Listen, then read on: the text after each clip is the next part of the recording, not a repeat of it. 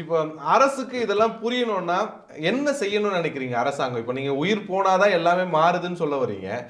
என்னதான் செய்யணும் அரசாங்கம் இதெல்லாம் புரிஞ்சுக்கிறது? வெறும் கண் துடைப்பு அறிக்கைகளும் ஒரு நபர் கமிஷன் என்கிற பேரில் நீர்த்து போகக்கூடிய வேலை எதுக்குமே செய்யாதீங்க. எல்லாவற்றுக்குமே அரசு வந்து ஒரு நபர் கமிஷன் அமைக்கிறது, ஓய்வு பெற்ற நீதிபதி தலைமையில் ஒரு நபர் கமிஷன் அமைக்கிறன்றது, கண் துடைப்பா ஒரு அறிக்கை கொடுக்கறது, யாராவது இறந்துட்டா அவங்க குடும்பத்துக்கு இவ்வளவு நிவாரணம் கொடுத்துட்றோன்னு சொல்லிட்டு எல்லாவற்றையும் வாய் அடைக்கிறது, இது எல்லாம் தீர்வு கிடையாது.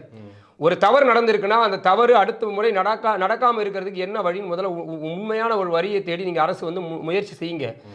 அதுக்கான முன்னெடுப்புகளை எடுங்க. இது எதையுமே செய்யாமல் இப்போ அஜித்குமார் வந்து லாக்அப் மரணம் ஆயிடுச்சு, அவர் குடும்பத்துக்கு ஒரு 5 லட்சம் நிதி உதவியும் அவருடைய அண்ணனுக்கு வேலை வாய்ப்பும் கொடுத்துட்டா அடுத்து அது நடக்காமல் போயிடுமா? அதுக்கு பிறகு பாருங்கள், அஜித்குமாரோடைய மரணத்துக்கு பிறகே பல்வேறு வீடியோக்கள் பார்க்குறோம். கிருஷ்ணகிரியில் ஒரு இளைஞர் அடித்து காவல்துறையால் சித்திரவதை செய்யப்படுறாரு. இன்னும் பல மாவட்டங்கள் நடந்துக்கிட்டே தான் இருக்குது. அப்போ இது தீர்வு கிடையாது. இது ஒரு கண் துடைப்பை தான் அரசு தொடர்ச்சியாக நடத்திக்கிட்டு இருக்கு. உண்மையான தீர்வை அரசு வந்து கையில் எடுக்கணும் அப்படிங்கிறதா எங்களுடைய கோரிக்கையாக இருக்குது. இல்லைனா ரொம்ப காலம் இது நீடிக்காது. மக்களின் வன்முறை இதுக்கு ஒரு காரணமாக அமையும் தான் நம்ம பார்க்க வேண்டியிருக்கு. இந்த சமூக சூழல் வந்து கெட்டு போகும்ன்றீங்க, அமைதியான சூழல் கண்டிப்பாக கெட்டு போகும். எவ்வளோ காலத்துக்கு வந்து மக்கள் வந்து எல்லாவற்றையும் சகிச்சுக்கிட்டே போவாங்க?